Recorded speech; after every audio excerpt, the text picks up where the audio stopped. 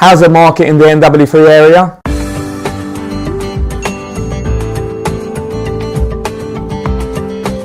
Hi, my name is Danny Valencia with My City NS, powered by Keller Williams, and today I'm going to be introducing to you what's been happening in the market for 2018 and 2019. I'm joined by Gavin Swan. Thank you, Gavin, for joining me. That's a pleasure, Danny. It's always good sport. Absolutely, no, thank you.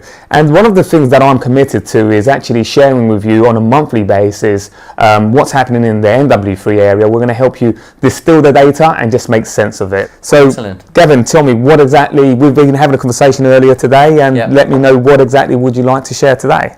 I think, I think you're about to put some of the stats up actually on the screen shortly. And absolutely, what really interested me is the difference between 2018 and 2019 in NW3, and what I suppose my perception of what it should be, but actually that's not quite the same. So I'd love you to share those numbers actually. Absolutely, and you're absolutely right. So hopefully this is coming up on the screen. When we look at the data, we normally like to look at available stock, new listings, sales agreed. We also look at price that's been reduced, and also listings that have been on the market for over 12 weeks.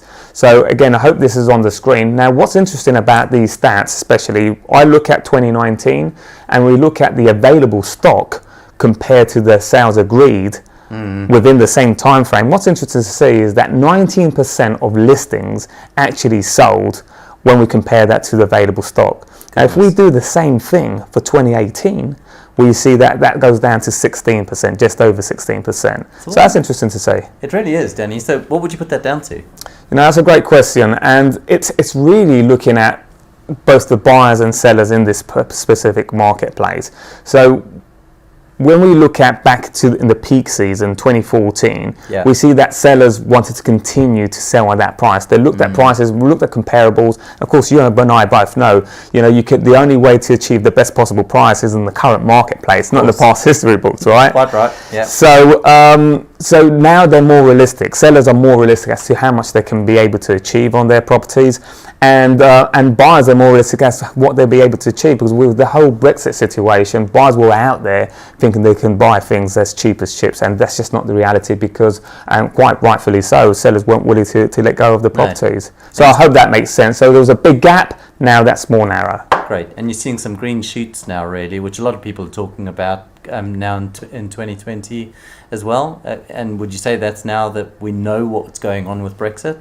Absolutely. I mean, for January, the number of buy inquiries, the number of viewings, and ultimately from that you get a number of offers has been, off the roof. Really? And we're going to see that those numbers start to translate into sales agreed in February. Not so much, we haven't seen that much in January, but we will be seeing that in February. So it'll be interesting to see. Great. Now, one of the things that I wanted to finish up with, if you don't mind, Gavin, is when we look at price brackets, which I always look at in terms of when we look at the stock in the NW3, which price bracket and what number of bedrooms are the most on the market at the moment. And we will look at that. We look at 500,000, between 500,000 and 1 million.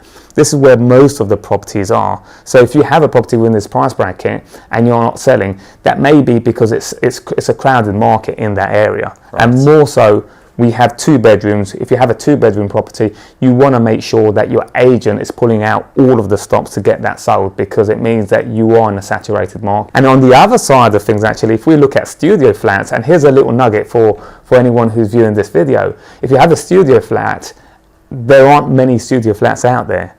So if you're sitting on one, maybe you're living there, or maybe you have a rental accommodation, maybe you might be thinking about selling it. You will do very well, because it's like gold dust at the moment out there. Fantastic. So, that's definitely a nugget. Thanks very much. Absolutely. No, thank you. Thank you for joining me. Again, Danny Valencia here, My City NS, powered by Keller Williams. I'm going to be sharing the NW3 report on a monthly basis, and joined here by Gavin Swan. Thank you so much. Thanks very much, Danny. Thank you.